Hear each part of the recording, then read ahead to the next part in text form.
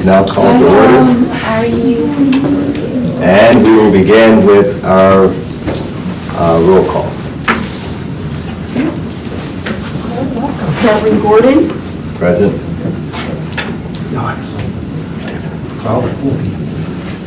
Mr. Arnold. I'm here. Ms. Bell. Ms. Harding. Ms. Rodriguez. Here. Major White. Here. Ms. Clark. Here. Ms. Friedman. Here. Mr. Knowles. Here. Mr. Stengel. Here. All right, thank you very much. Recognition of visitors, and recognize Nima. And you can answer the roll. Oh. I got it.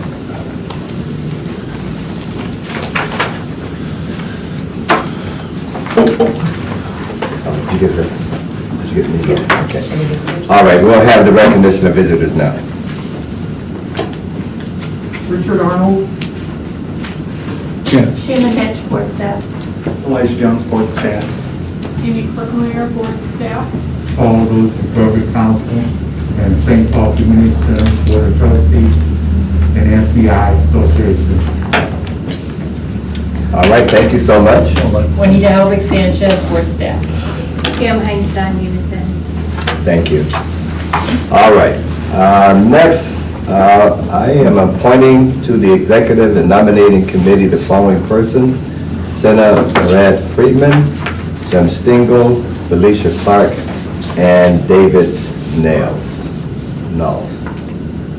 It's all that needs to be done. There we go. And that's done. Chad? With that done, we will now have the minutes from our May 9th meeting. Roll call. No, it's a motion. Motion received. So moved. Second. And then we do voice votes. All those in favor, let it be known by the saying of aye. Aye. Those opposed, and the minutes are received. We have a financial report. Okay. The financial forecast is on page 6, and this is for fiscal years 24 through 28. So- 28. I just can't believe I'm alive in 2028. That's awesome. You thought about the year 2000, that's anyway, it doesn't. I'm gonna move on from that. Okay. Fiscal year 20, so what you see there has fiscal year 23 actual numbers that you just saw last week in our financial report. It has our actual revenue and then our various expenses. And we had deficit spending of $2.3 million.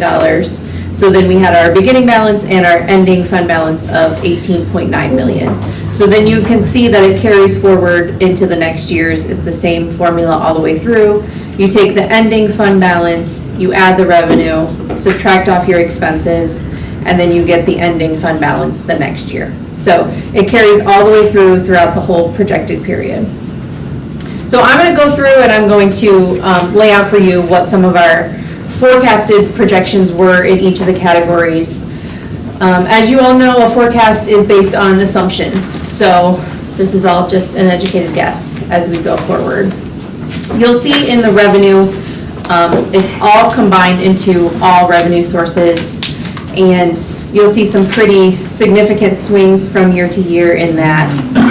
In fiscal year 23, we had just over $30 million in revenue. In fiscal year 24, we're projecting to be at 32 million and then 34 million. And then for fiscal year 26, dropping back down to 24 million. This is mostly due to 3 significant things, and all of them have an offsetting expense line also buried within the program grants line. So there's no net impact to our fund balance for them. You just can't necessarily see it. And they are Danny's Place, the $10 million total.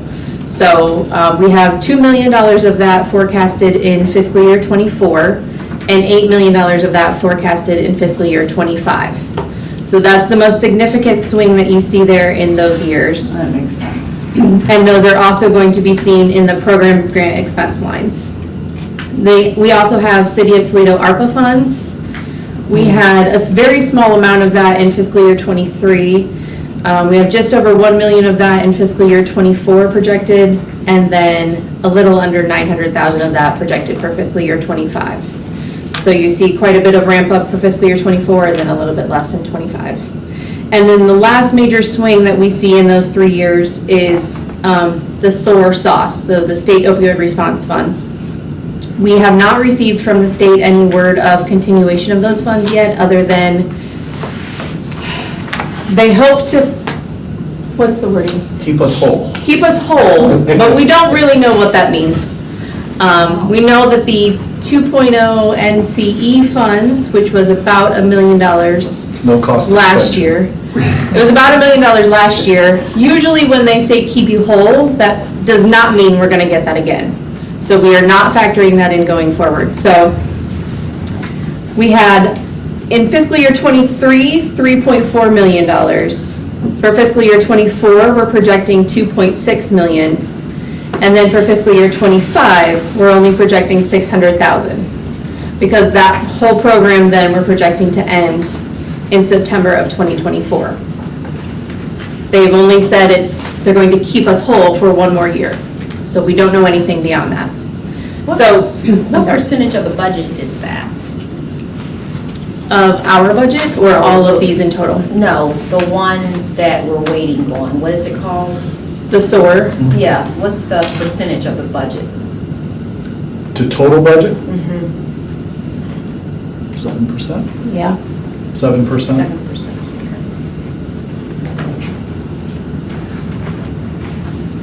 And I mean, that program they've continued that for 3, 4, 4 years. 5 years now. I wanna But say the close to- amounts have been decreasing steadily the last several years. So we anticipate it to continue decreasing at this point.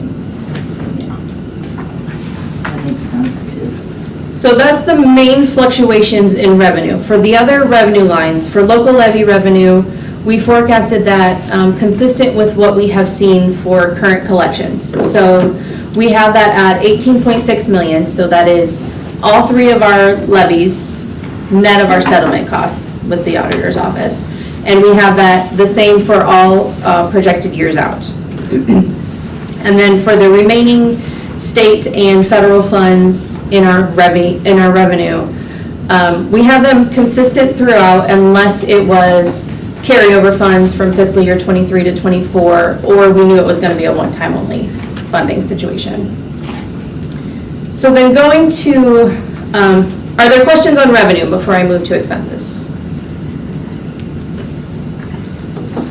Okay, so going into the expenses, for fiscal year '24 and going forward, we have the approved allocations that you approved for our purchasing plan for our grant-funded programs, and they are projected with 2% increases. We're assuming that our provider agencies are going to meet their desired outcomes, and they will receive 2% increases going forward.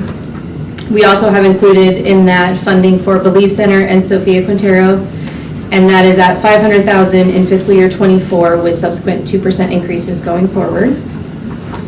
And as I mentioned earlier, the funding for the SOAR and SOS programs, we have projected to be ending in the first part of fiscal year '25. So we have forecasted continuation funds of local levy dollars at $500,000 beginning in fiscal year '25 for that. In moving then to the board designated capital projects that we have been discussing for since fiscal year '21, we have just over $1 million remaining of that, and I have that forecasted to be spent between now and fiscal year '26. And the remaining, those projects are listed in your board packet on page 4, those amounts remaining. And then, as I mentioned earlier, we have Danny's Place in there at the $10 million in fiscal year '24 and '25, but that is also offsetting. Continuing operations expenses for Danny's Place are forecasted at $150,000 for fiscal year '25, and then $500,000 annually beginning after that. We know that we will need future allocations for the strategic plan, but we don't know what that would be at this point. So we have $250,000 beginning this year, fiscal year '24, and going forward. And then for agencies receiving the provider agreement, we have underspending forecast at 4%, which you might remember last week, actual underspending last year was at 3.6%, so it's very consistent with what it was last year. And then for other programs that are not the certified provider agency agreements, we have underspending forecasted at $750,000 annually. I'm going to stop there and ask if there are any questions on any of those. Okay, moving on then to purchase of service, which is our treatment programs.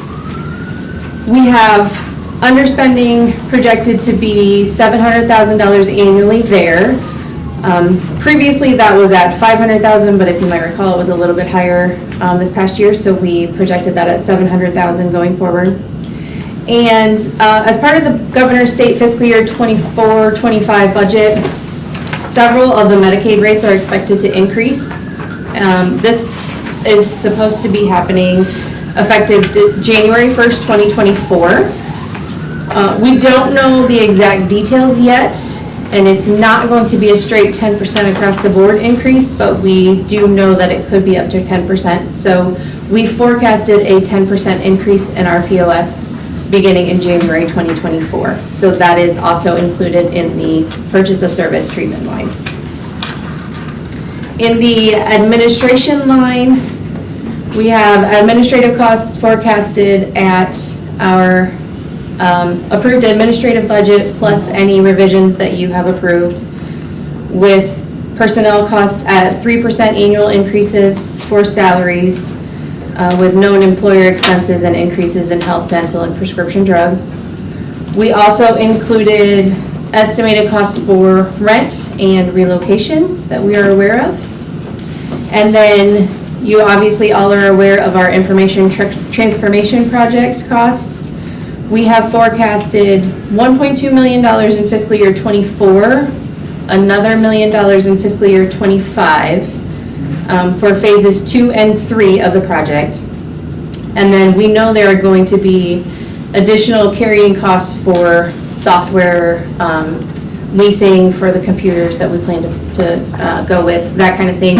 So we have another $175,000 annually beginning in 2024 from phase 2. So there are no additional costs beyond phase 2 and phase 3 in the forecast for that. And I am happy to answer any questions that anyone has on our forecast. So Jenny, this 175,000, this includes that data storage problem too, repairing that? Software? I'm gonna say yes. He said the magic word, software. So the phase 2 software expenses were not built into the current budget, if you recall. It was for the consulting and telling us what we need, and then the hardware. When we customize software, for instance, the Smart Care software, if that's what we choose, or Streamline, or if we decide to purchase Salesforce, those are additional expenses beyond what's already been approved. So the 175 is an estimate of just what we know at this point in time. But we know we have that expense out there. We know that it's going to occur, yes. Which is why Jenny budgeted another $1 million for the Phase 3, or into Phase 3, I guess. Any other questions for Jenny? So the important number, they're, first of all, I'm they're sorry. all I didn't even circle back. Can I circle back? Okay, Please. so if you go back to page 6 and you actually look at the forecast. I got so into the numbers, I just got so excited about it. Okay, so if you go back to the actual forecasted numbers, and you look, and you start looking at where we fall with our spending, with our revenue versus our spending, you see that we are projecting the deficit spend each year. And then you see that in fiscal year '26, our ending fund balance is 8.8 million. Our approved minimum fund balance is 8.9 million. So that is the point where we would say, stop, hold the forces, we need to make a change. And of course, if we waited that long, that means we would have to cut what is essentially the 3.7 million in order to avoid going to the fiscal year projected fund balance of 5 million.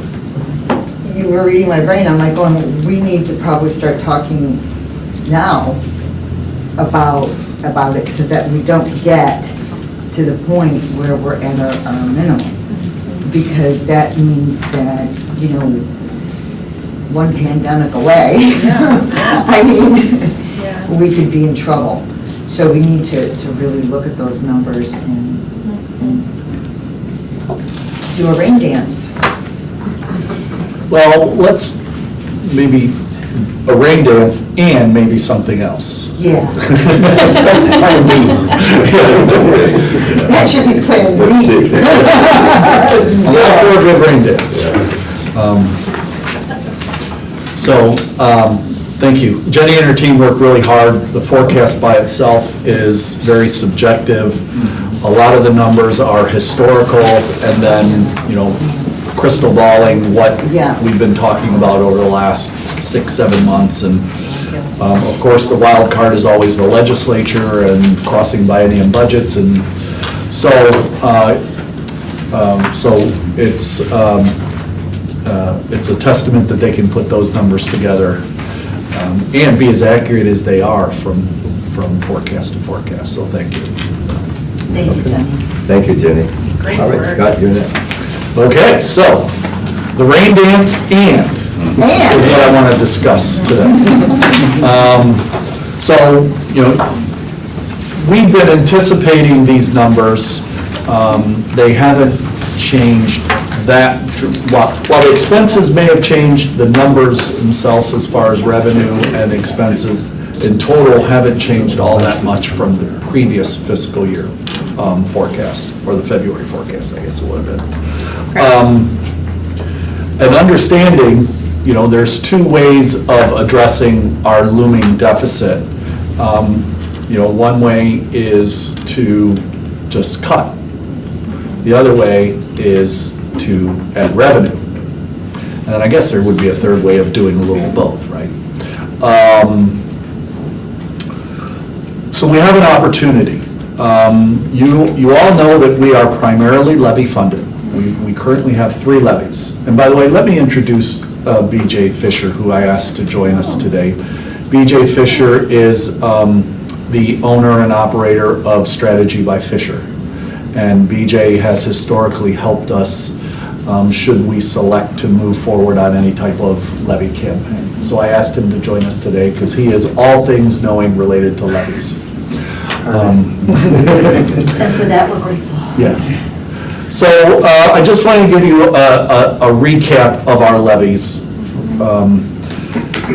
You're aware that our budget for our expenses for fiscal year '23 capped right around $30,203,000 and some change.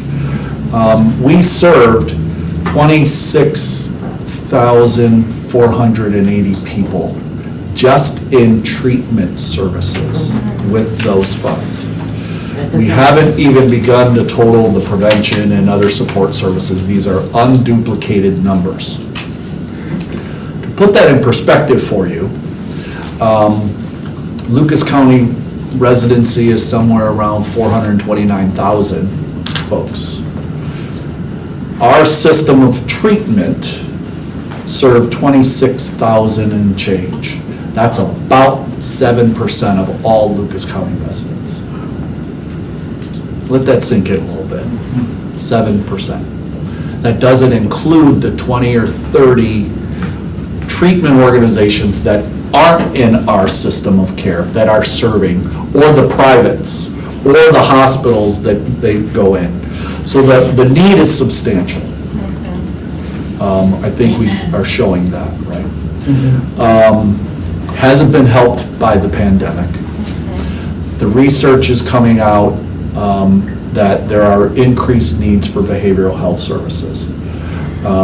So we asked ourselves, what does the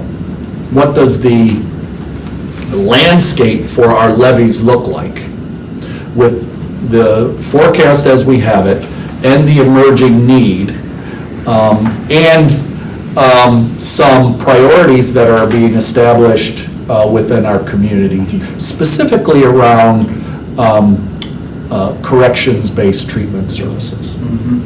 And we quickly realized that we have an opportunity. Our 1 mil levies, we have 2 1 mil levies and a 0.5 mil levy. The 1 mil levy, I'll just go over, we just renewed in 2022. That is for mental health and substance use services. That's 10 years. We also have another 1 mil levy that we renewed in 2018 for the same services. That brings us to the 0.5 mil levy. It's specifically for mental health services. And it was last renewed for 10 years in 2014. So that means this levy comes up for renewal in, at the last point we'd be able to vote on it would be November of 2024 for renewal on January 1 of 2025. At current, that levy generates $3.8 million.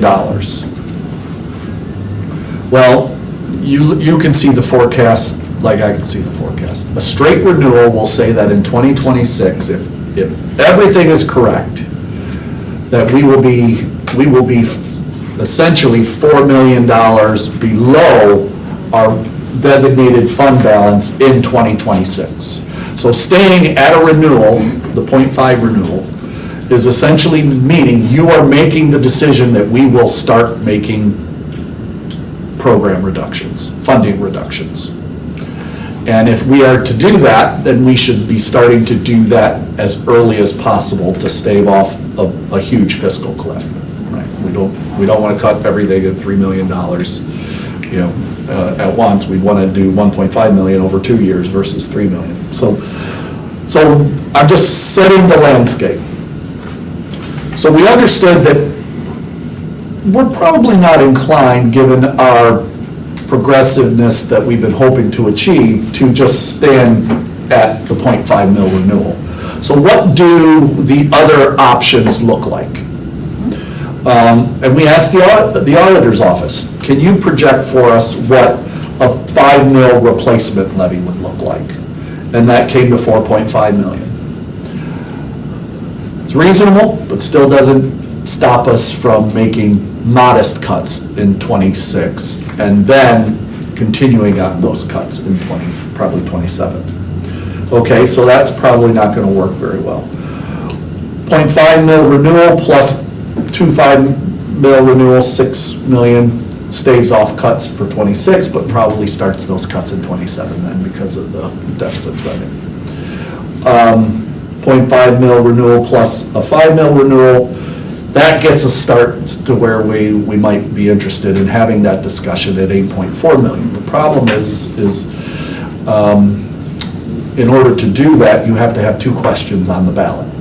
A renewal, and then you have a question of, will you increase? BJ's here to help us talk through that, the pros and cons of something like that. And then, of course, there's a 1 mil renewal at 9.1 million, which would essentially mean that we would go after asking the voters for new money, but we would also allow our 0.5 mil levy to naturally expire. So we would not be collecting that on January 1 of 2025. The 1 mil would be the new levy. If we are to do that, we might as well take advantage of the situation and also expand that purpose for alcohol and drug addiction programs as well. And that's the term that we use in the levy conversations. While we don't normally use the term addiction in our world, as we're describing what we do, we use substance use disorder. Addiction in the language, in the levy language, is something that the Board of Elections is used to seeing. It's in our other two levies. There'd be no reason why we would want to mess with the understanding of what that means at this point in time. So, understanding all of that, you have a discussion to have related to what should we be doing. Now, I've made a recommendation after consulting with Jenny and several of our local commissioners and others about what we think we should be doing. And we are recommending that we go after a 1 mil new levy come March 19th, which is the primary for the presidential election. That would give us a fallback option in November in the general election should we be unsuccessful. So I'm going to stop there and open up for any questions and maybe any initial comments, PJ, that you might have. So, actually, it's great to be back. I always enjoy working with you and actually miss you. So, so let's think about, first of all, the question of whether to go for 2 questions or 1. We have done them before where they were both renewals, but if one's a new tax and one is a renewal, I really get, what I'm always really afraid of is that a voter's going to go in there, I got to support mental health, I'm going to vote for the renewal, and then they vote against the new levy, and they leave feel like they helped you, right? Because they voted for it, right? So, and so I am, that always makes me extremely nervous, right? And, as you looked at this thing, it's this, this is important, we got to get this done. So my recommendation is never to go to one of those 2 ballot questions. I've been 100% successful in getting my clients not to do it over the years. And BJ, correct me if I'm wrong, but we can't even control which way they appear on the ballot. That's correct. So you might have might show up and it'd be one thing if the new one was first and they said, okay, and then the renewal was second, but if it went the other way around, it's just, I think, asking for trouble. And I think, so It's confusing. I mean, it would be confusing, because if you're standing there like. Yeah, so a couple times we did school levies vote for 32 and 33, but they were both renewals, right? They just need, so that we were able to get that. So I wouldn't, I just never think that's a great opportunity. And here's the thing, if you need the mill because of all these reasons, let's go make the case for it, right? Let's go, instead of trying to, and again, if it loses, you have an opportunity to, if it was close, try it again with a presidential turnout, which would be, probably the biggest and most favorable levy turnout. Also, you would have the opportunity to ramp down to a replacement or one of those other options, right? So you would have the last time new money was on the ballot, okay, it was close, right? It was really close. There's this guy had a lot more hair and it was a lot darker before the last new money levy was on the ballot. Did we even get 51%? It was 51.1%, I believe it was 1,100 votes. Yeah, so and new money is a lot harder, right? Okay, there's no reason to, if we did a renewal, it would pass with whatever, around what the last one got, which I think was in the high 60s, and it would be no problem. But new money is a different kettle of fish. And historically in Ohio, new money for issues like this has been really tough. We were one of the first, if not the first in Ohio, ever to get new money for of mental health and addiction. After the 2008, 2009 economy Yeah. issue. Yeah. We were the first new levy in Ohio for substance use and mental health services. To get new money. So it can be really tough. Now, you have some strengths.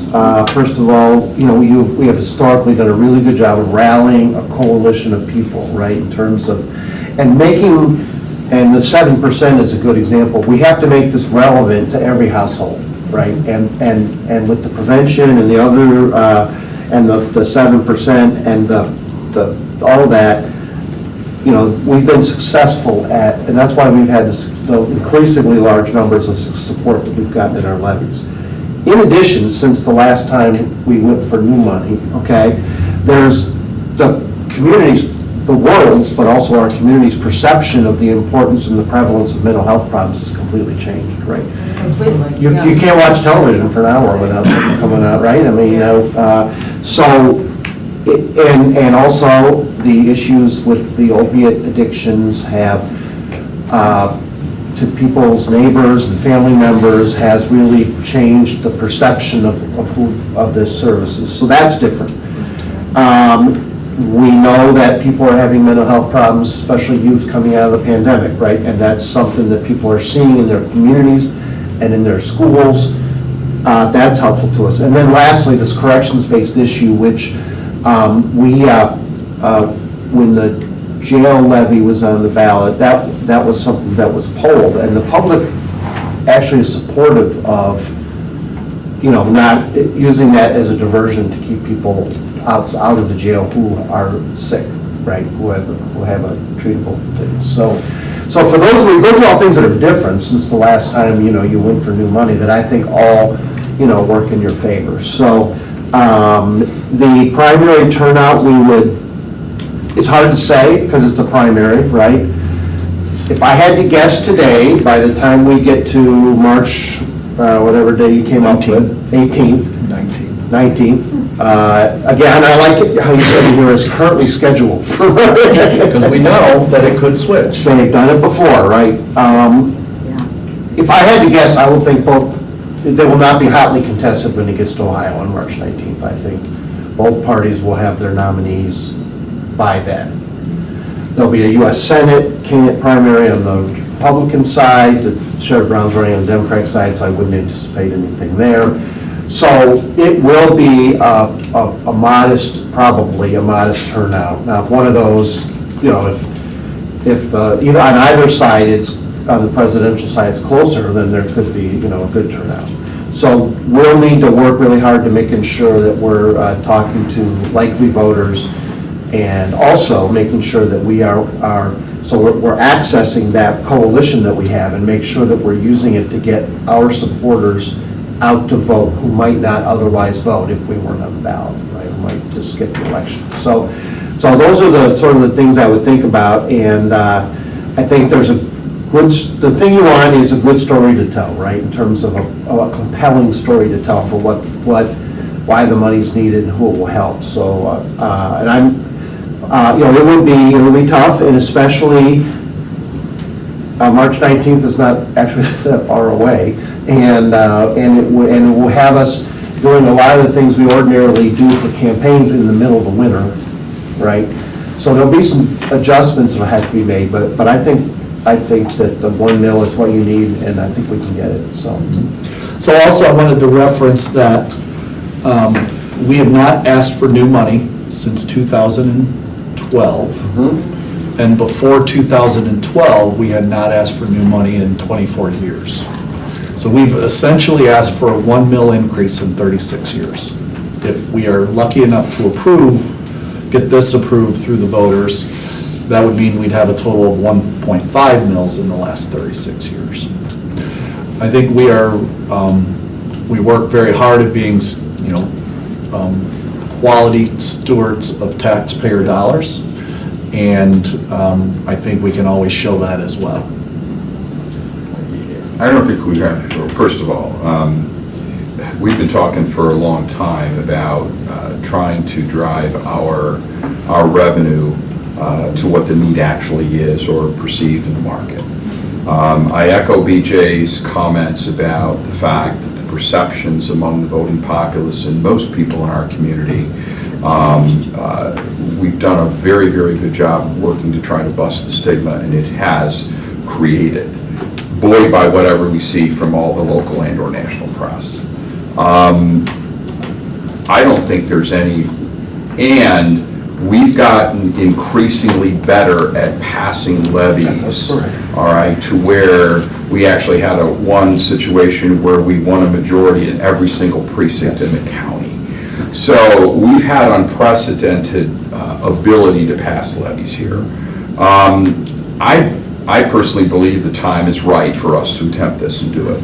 I think if we make the case correctly, I think if we communicate it correctly, I think if we talk about modernizing this levy to include both sides, because the current one does not, I think there's a way to take advantage of that, all right, that we have one levy which is specific to mental health and really ignores the fact that our other levies legitimately are dealing with both sides of the equation here, and all of them probably should.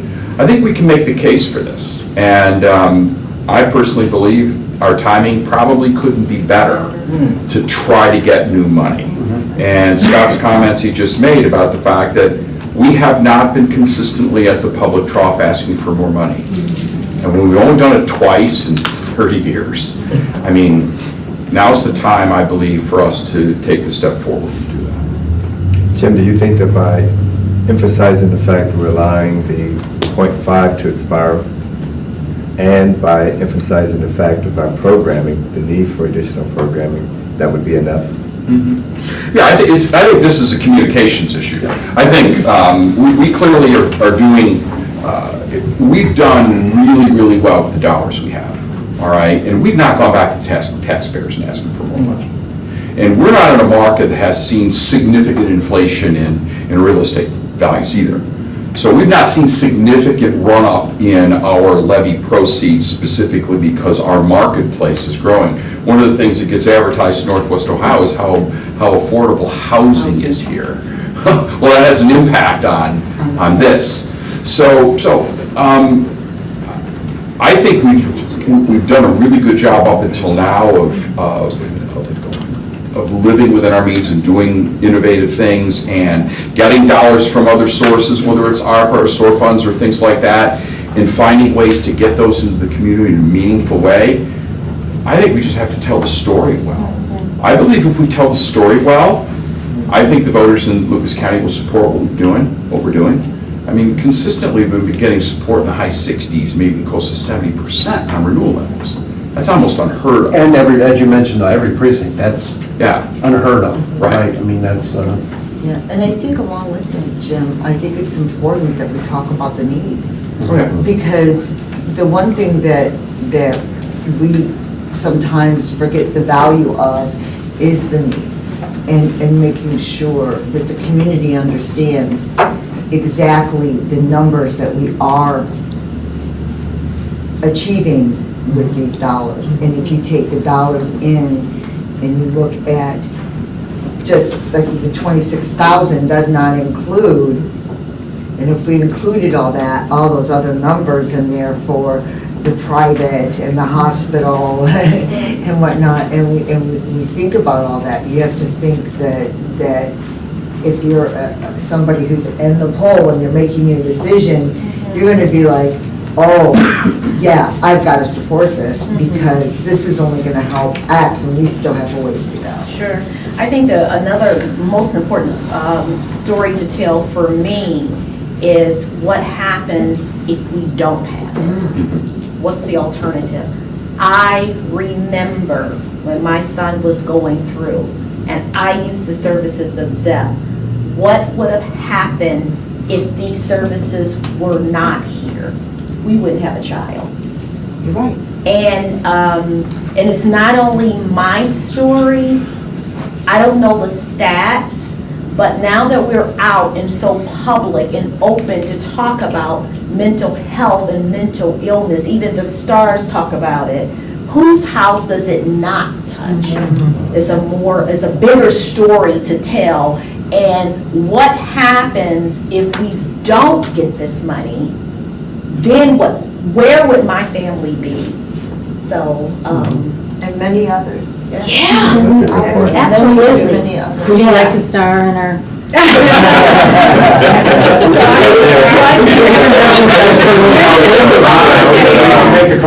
think that's the bigger story to tell, is not if it passes, is if it doesn't Yeah, pass. your comment is really important as it relates to the stars and everybody else. I mean, yesterday or today's article in the Wall Street Journal that talked about Coco Gauff winning the U.S. Women's Open talks about the time she last played in a major toward the event, and it was when Naomi Osaka, after that match, stepped away because of the impact and mental health issues on her and her career. That was in the article That's what I'm saying. yesterday or today, specifically about lauding Coco Gauff for what she did, but recognizing the issue of bringing it to the forefront on mental health on a past event. And Simone, I think I'm saying her name correctly, the gymnast, I mean, she really went on a lot of talk shows, and she really promoted it. Yeah. So I think our timing, if you could say the stars are aligning, they probably are. If there was ever a chance for us to go for this is, the timing is probably right to do it. We have to make the case well. We have to make the case relative to what happens if we don't do it. We have to make the case well of what we're going to do with it if we get it. And we have to make sure that we reach the voters, the ones that are going to be there, so that they recognize why this is important and they support it. So what's the downside of not doing it? Besides, we won't have the funds, and Yeah, we won't be able to do anything. That's the downside. Yeah, the downside is downstream, you don't serve as many people, right? Right. And even, as Scott said, even if you go, so look, a more conservative position would be to go for the replacement, which would be, but that's only a $700,000 increase over what you get now, right? And you know, I think, you know, you haven't gone for money in 12 years, or, 12 years, but you have an obligation to the people you serve when you need it to go for it, to ask for it, right? And make the case as well as you can, so. So the downside would be you're not really fulfilling your, you know, you're not fulfilling our mission. your stewardship of this role. So. And the downside is also. We have an obligation Yeah. to make sure that we are properly funded to do what we need. Yeah, don't go for it just because you think it'll pass some years, right? There have been agencies that have done that, right? But if you need it, you gotta go for it and go hard. Well, and I mean, the outcomes that will be produced both, either way, if we don't do it, we're looking at a community who increase imprisonment, increase, violence, increase fatherlessness, motherlessness, children who are not going to have parents. And I echo what she says, if we did not have these services, my nephews would not have a dad. So I'll tell her story in Spanish. There we go. And Jim said it best, I think, it's a question of telling the story. And Jim is right, we have built a little bit of a machine here in terms of how to roll these elections out, right? And that really helps, right, when you're not, because we can focus on the message. We know that the mechanics and all those other pieces are gonna come together. For me, the idea of having those numbers that you mentioned, the impact of just what we serve and not what everybody else is serving, that's staggering. Because that's a whole lot, it's a lot more than the 7% that you said. That's a whole lot more. So yeah, the time is right. All right. So, yes. go ahead, I'm sorry. There's two motions at the bottom of page 7 and page 8. Yeah. Can we take those We take them together, or do we got? Yeah, but let me explain them both first. So because there's some new folks around the table, I just want to make sure everybody understands what is happening here. So there are two elements to these motions. The first is, we are not a taxing authority. The commissioners are the taxing authority. So what motion you'll be passing today is what we call a resolution of necessity. It is a request to the commissioners to place a 1 mil levy on the primary ballot on March 19th. We're also stating that we will allow our 0.5 mil levy to expire. That's an important concept, because we'll always get that question. What are you gonna do with the 5 mil levy, or the 0.5 mil levy, sorry. So we wanna be clear from the beginning on how that occurs. There is a process once we call the commissioners and tell them that we are requesting this, which will be official after our full board meeting. We'll go through a levy review committee. We will present to the levy review committee. The levy review committee will make a recommendation to the Board of Commissioners. Then the Board of Commissioners will decide if we are to, if they are going to request the Board of Elections to put us on the ballot. And of course, there's a few steps in between all that. So that's the first motion. The second motion is a campaign contribution. And I really want you to understand, we have available to us a political action committee called Citizens for Mental Health. Citizens for Mental Health has traditionally run our campaigns. The Mental Health Board does not run our campaigns. Citizens for Mental Health runs our campaigns, the PAC. We make a contribution to the PAC. The PAC, in its resource, in its current, in its current account, it has $22,000 to contribute to this campaign. And then we always ask for voluntary contributions from board and staff and agencies and whomever would like to contribute. The PAC then forms the levy committee. The levy committee then runs the campaign. BJ, if the PAC chooses, which I'm sure they will, acts as consultant to the PAC. And then our staff are instrumental in not only monitoring the expenses, but executing the plan.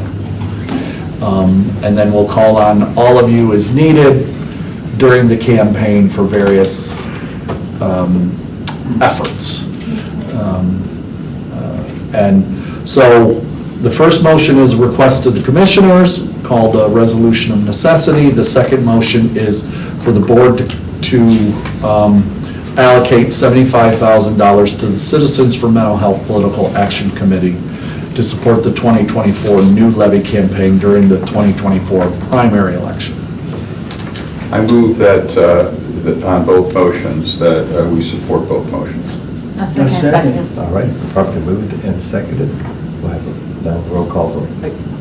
I have a Question? with regard to the first motion. Yes, ma'am. The fact that, as I understand it, is we are beholden to the Lucas County Commissioners to agree to put the 1 mil levy on. I'm wondering if we should not, because of the placement of allowing the 0.5 mil levy to expire, comes before the request that they can agree to or turn down, that this reads in a way that we are allowing the 1 mil to expire, and it's not contingent upon them agreeing to put we are allowing the 0.5 mil to expire without it being contingent upon them agreeing to the 1 mil. So you'd like it at the back end? Yeah. As opposed to the front? Reword it some kind of way, so we're not saying we're gonna let this expire. So And, oh, by the way, could you? I just want to make, I understand entirely what you're saying, and I get it, but I do need to make a point of clarification. Okay. Technically, it is not us that allows something to be put on the ballot or expire. Yeah, it's the commissioners. It's the commissioners. Yes. So we could say we want the 0.5 mil levy to expire, and they could say no. We're going to let it go. It is entirely their choice. Okay. We simply are making it known that we would like this to occur. So if you want to change that, what I would suggest you do is strike it and then we just answer it in our levy campaign, if that's the case. Strike the expiration. Strike the allowing the .5 mil levy to expire entirely, just take it out. Yeah, however you So want would to they do know it, that? I just don't. That is, I hear you. that I is hear you. always part of the conversation when we're talking about. And when you do the levy review committee, you're gonna talk about it. Right. Even in renewals, they talk about the other, you know. I'll amend my motion accordingly. And so Second. you're amending your, I'll The amend my original motion second. accordingly to strike that, letting the half mil expire. all right? Who was the second on that? That was David. David was. So he has to agree to it as well. Okay. All right. Was there, Neiman, was that? Yes, Okay. yes. Was there any other unreadiness? BJ, do you have a budget for the campaign in mind? Yeah, so what we talk about, 90,000, which is probably. 90 to 100 is what we usually are at. Yeah, no, we've never done any television for this. It's mostly mail, some digital, signs, the mail, and we'll be able to, because the voter universe is small, we'll be able to do multiple, hits to the people who we know are gonna vote, right? So, but yeah, that's a sufficient amount. If we spend that much and we don't win, it's not because we don't spend enough money.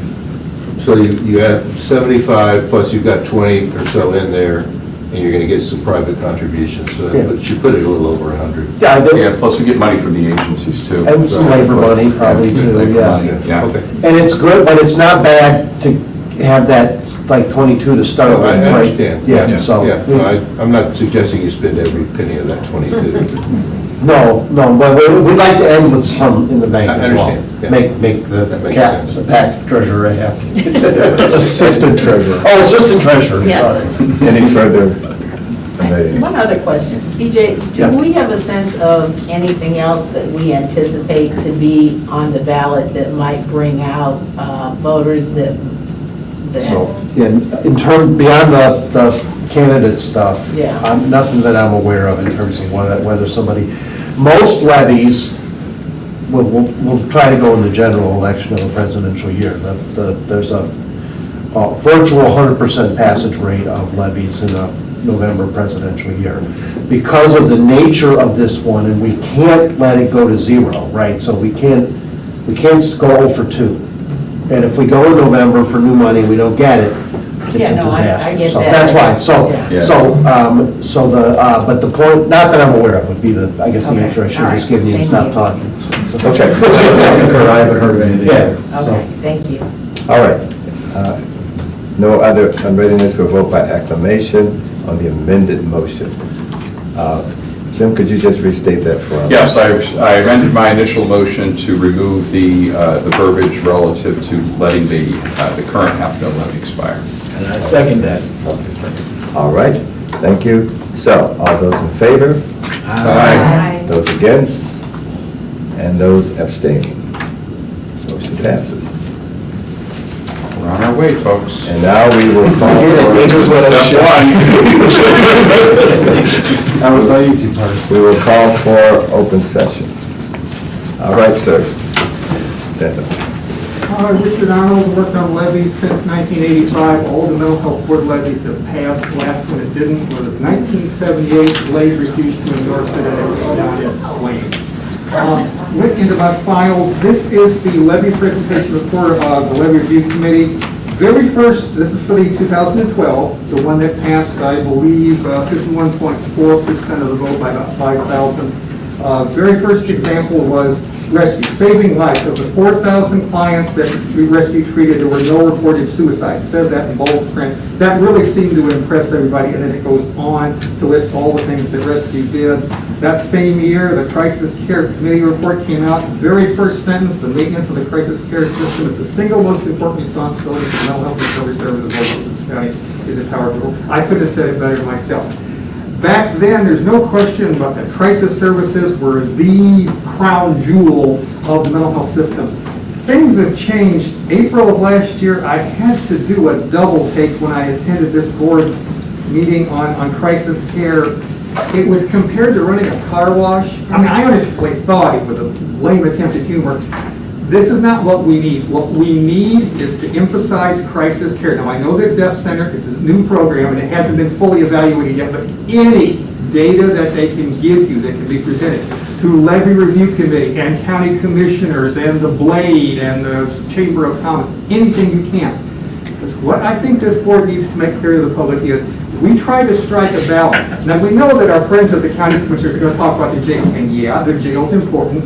Yes, there are a lot of inmates that have mental illness and substance abuse problems, but that's intervention. They committed a crime, they deteriorated until they went out and victimized somebody, now they're in jail. But this board also funds a number of programs that prevent people from deteriorating and help them, and help keep families together. So this board tries to strike a balance between prevention and intervention. Let the county commissioners talk about the jail. They were just talking about it this morning. They got to repair the roof on the old jail. They got to keep that place going until they get the new one. Let the county commissioners talk about intervention, but this board needs to talk about prevention. And all the programs, such as ZEP Center or whatever, that keep people out of jail, keep them, from deteriorating to the point where they're going out and committed a crime. So it's a balance between prevention and intervention. But yes, I agree 100%. The time is right now to ask for a 1 mil levy, and it's only 6 months away. We've got to get cracking. So, thank you. Thank you, Richard. You always bring a lot of insight into what we're doing. Anyone else? All right, meeting adjourned. Thank you. Well,